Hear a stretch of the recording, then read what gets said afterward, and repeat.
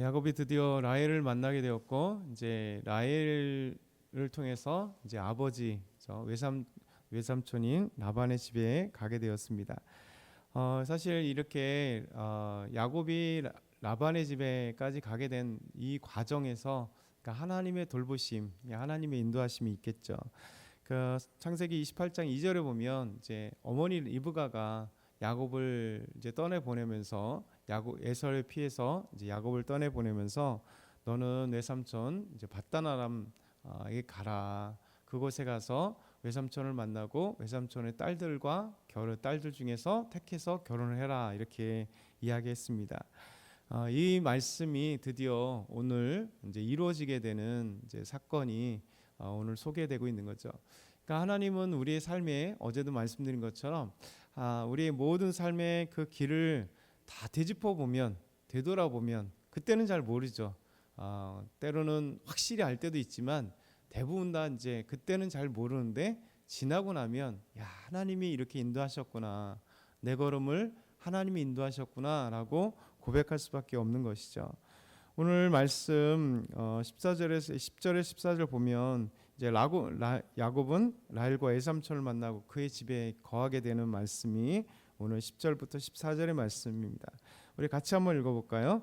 야곱이 그의 외삼촌 라반의 딸 라헬과 그의 외삼촌의 양을 보고 나아가 우물 아기에서 돌을 옮기고 외삼촌 라반의 양떼에게 물을 먹이고, 그가 라헬에게 입 맞추고 소리내어 울며 그에게 자기가 그의 아버지의 생질이요 리브가의 아들됨을 말하였더니, 라헬이 달려가서 그 아버지에게 말하매, 라반이 그 생질 야곱의 소식을 듣고 달려와서 그를 영접하여 안고 입 맞추며 자기 집으로 인도하여 드리니, 야곱이 자기의 모든 일을 라반에게 말하매, 라반이 이르되 너는 참으로 내 혈육이로다 하였더라.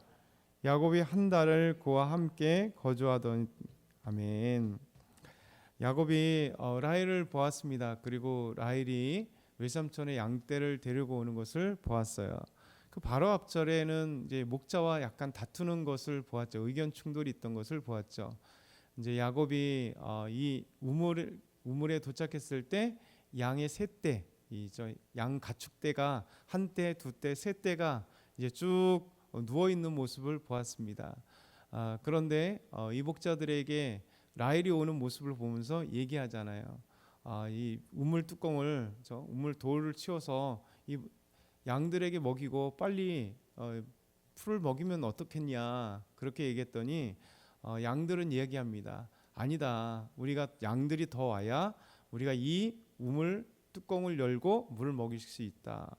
어저께 이제 수치권이라고 말씀을 드렸어요. 이것은 뭐냐면, 이 우물은 서로 공동의 우물, 그래서 혼자 쓰는 것이 아니고 우물이 너무 귀하기 때문에 목자들은 이 우물에 와서 양들에게 물을 먹이고 함께 살아갈 수 있도록 협약을 맺은 거예요.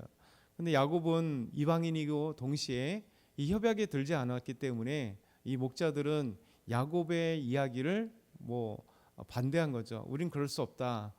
왜? 아직 양떼를 더 데리고 와야 될 목자들이 있다. 그래야 이 우물을 우리가 돌을 치우고 이 우물을 먹일 수 있다. 이렇게 얘기를 했습니다.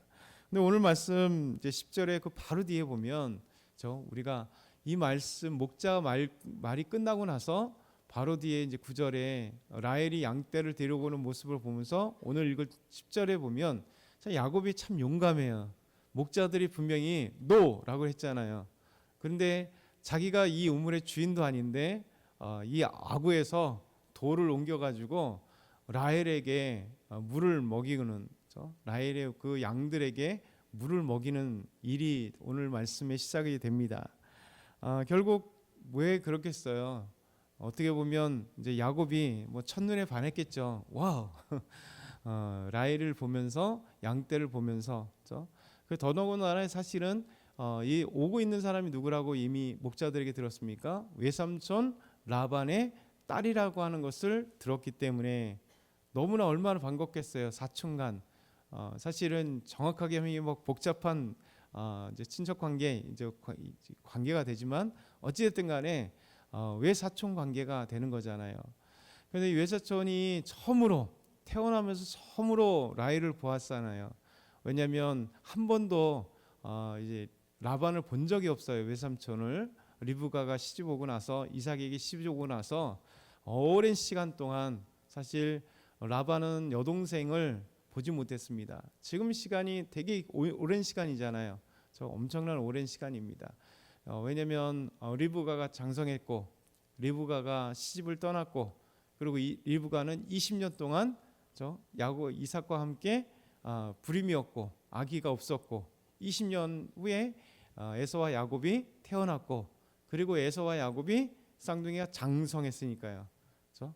그리고 더더군다나 에서는 장가를 간, 그러니까 이 쌍둥이니까 그만큼 또 시간이 오랜 시간을 보았기 때문에 아마 라반도 이 야곱을 볼 때 참 적어도 30년 넘겠죠. 40년 이상의 그 긴 시간 동안 처음으로 보았던 조카, 그리고 사촌 관계 속에서 라헬도 처음으로 이렇게 보았던 관계이기 때문에 아마 야곱은 너무나 반가웠을 거예요. 그래서 목자들이 아직 지금 뚜껑도, 이 우물에 돌 뚜껑도, 우물을 보호하기 위한 이 돌멩이 뚜껑을 열지 않는데 그냥 자기가 가서 열고 자기 사촌이었던 라헬과, 그리고 그가 데리고 왔던 삼촌 라반의 양떼에게 물을 먹이는 겁니다. 그러면서 너무 반가워서 이제 얘기를 하죠. 자신이 누구인지를 이야기합니다. 그에게 입맞추면서 소리를 내어서 펑펑 울면서 나는 당신 아버지 라반의 조카다, 이런 얘기하면서 얘기를 하니까 라헬도 깜짝 놀라는 거죠. 왜냐하면 한 번도 보지 못했던 사촌을 처음으로 보게 됐고, 그리고 이 야곱이 어떻게 왔는지에 대해서 아마 라헬에게 얘기했을 테니까 너무나 놀라운 사건 속에서 이제 라헬이 달려가서 아버지 라반에게 이야기를 하니까, 또 라반도 조카가 왔다는 얘기하니까 얼마나 또 반가웠겠어. 처음으로 태어난 조카를 처음으로 장성해서 보니 달려와서 그러게 집에게 데리고 와서 너무너무나 행복한 친척의 이렇게 만남이 되어버렸습니다. 그리고 나서 이제 야곱은 자기가 어떻게 뭐 이런 얘기를 조잘조잘 자기 인생 얘기를 했겠죠. 그래서 오늘 자기 어떻게 여기까지 왔는지에 대해서 얘기하고 한 달 동안 거했다, 이렇게 아름다운 친척의 만남이 오늘 처음으로 시작됩니다. 그러면서 이 친척의 만남과 함께 동시에 어머니 리브가가 말씀했던 외삼촌 라반의 딸들 중에서 아내를 얻으라고 했던 이 말씀이 이제 드디어 성취가 됩니다. 한 딸 하나가 눈에 들어온 거죠. 라헬이 눈에 들어왔어요. 오늘 15절부터 20절 한번 같이 읽겠습니다. 라반이 야곱에게 이르되 내가 비록 내 생질이나 어찌 그저 내 일을 하겠느냐, 내 품삯을 어떻게 할지 내게 말하라. 라반에게 두 딸이 있으니 언니의 이름은 레아요 아우의 이름은 라헬이라. 레아는 시력이 약하고 라헬은 곱고 아름다우니 야곱이 라헬을 더 사랑함으로 대답하되 내가 외삼촌의 작은 딸 라헬을 위하여 외삼촌에게 7년을 섬기리이다. 라반이 이르되 그를 데리고 내게 주는 것이 타인에게 주는 것보다 나으니 나와 함께 있으라. 야곱이 라헬을 위하여 7년 동안 라반을 섬겼으나 그를 사랑하는 까닭에 7년을 며칠간 여겼더라. 아멘. 한 달 동안 거하고 나서 라반이 야곱에게 이야기합니다. 이 한 달 동안 그냥 먹고 그냥 논 게 아니죠. 그러니까 라반이 얘기하는 겁니다. 네가 이렇게 열심히 일을 하는데, 한 달 동안 일하는데 그냥 어떻게, 우리가 친척이고 너는 내 조카긴 하지만 어떻게 그냥 일을 시킬 수 있겠냐. 너 품삯이 얼마 되는지 네가 좀 얘기해 줘. 그럼 내가 줄게, 이 얘기를 하는 거잖아요. 그런데 이 라반에게 두 딸이 있었다. 레와 그리고 라헬, 처음으로 봤었던 라헬이 있었다라고 얘기합니다. 그래서 이 레아는 시력이 약하고 라헬은 곱고 아름다우니 야곱이 라헬을 더 사랑하므로, 이렇게 얘기합니다. 그러니까 사실 이 레아와 라헬은 이제 앞으로 계속 참 기구한 삶의 모습들을 갖게 되는 거죠. 라헬이 나중에 죽을 때도 그랬고 결국 레아가 시력이 좋지 못하다 이렇게 얘기합니다. 시력이 좋지 못하다. 눈이 나쁘다는 얘기가 아니죠. 그러니까 시력이 안 좋아서 뭐 0.5, 0.2 뭐 이런 개념이 아니라 약간 유순한 표현입니다. 돌려 얘기하는 것. 그러니까 레아는 예쁘지 않았다는 겁니다. 남자들이 보기에 매력이 없었다는 얘기예요. 라헬과 함께 중첩되는 얘기, 이렇게 대조되는 이야기입니다. 그래서 레아는 남자들이 보기에 그렇게 매력이 없고 예쁘지도 않고 좀 이렇게 그렇다는 거예요. 라헬은 그 대신에 동생 라헬은 너무 아름답고 곱고 예쁜. 그래서 사실은 야곱이 누구에게 눈이 가겠어요. 남자이기 때문에 더더군다나 아내를 구해야 되기 때문에 첫눈에 오는 라헬을 보았겠죠. 그러면서 외삼촌에게 얘기합니다. 품삯 대신에 제가 라헬을 저에게 주십시오라는 거잖아요. 그러니까 7년 동안 제가 일하겠습니다. 이런 얘기입니다. 그럼 왜 7년 동안 일을 하겠냐라고 얘기하는 것은 뭐냐면 이제 결혼하려면 지참금이 필요해요. 그렇죠? 지금도 중동이나 여러 지방에 보면 이 아내 신부 댁에 지참금을 주잖아요. 그러니까 그 장인에게도 지참금을 주고 그리고 신부에게도 지참금을 주는 게 마땅합니다. 그러니까 옛날에도 지금도 이제 그런 지참금이 지난번에도 한번 얘기를 했지만 이 지참금의 의미가 뭐냐면 신랑에게 신부로 오게 하는 나에게 주름으로 잘 키워줬다 감사하는 것도 있고 동시에 이제 이 신부에게도 지참금을 주는 이유는 신부가 혹시 남편과 이혼하게 되거나 무슨 일이 있을 때 이 신부는 아무런 경제 능력도 없고 아무것도 없잖아요. 그러니까 이제 고대부터 이 지참금의 제도 중에 하나가 뭐냐면 이 신부가 이 지참금을 신랑에게 받음으로 자기 재산이 되는 거예요. 그래서 이 지참금은 자기가 계속 가지고 있는 겁니다. 그래서 무슨 일이 있을 때 이 지참금을 쓸 수 있도록 그래서 이 지참금을 주는 것이 마땅한데 야곱은 브에르시바에서 에설피에 도망올 때 뭐 이만큼 뭐 금덩어리 싸우겠어요? 못 싸우죠. 그냥 기본적인 것 바단 아람으로 라반에게 그래서 그 경비만을 겨우 챙겨갖고 지금 도망치듯 왔기 때문에 지참금을 낼 만한 돈이 없었던 겁니다.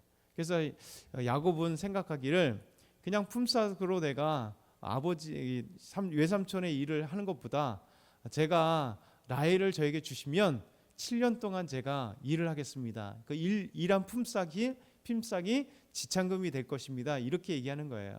그래서 7년 동안 외삼촌 라반의 일을 하기 시작합니다.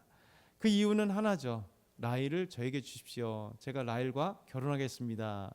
그러면서 오늘 본문의 말씀, 성경의 가장 아름다운 이야기죠. 또 저와 우리에게 가장 아름다운 이야기. 라헬을 위해서 7년 동안 라반을 섬겼지만 그런 사랑하는 까닭에 7년이 며칠같이 지났다. 이 사랑의 눈먼 사람들의 가장 대표잖아요. 여러분이 다 그랬잖아요. 여러분이 다 그랬습니다. 그래서 결혼하게 되었죠. 그리고 회원자매는 지금 아름답게 만나고 있는 거잖아요. 그렇죠? 시기에 금방 지나가는 이 정말 아름다운 사랑의 고백이 또 여기 있는 거죠.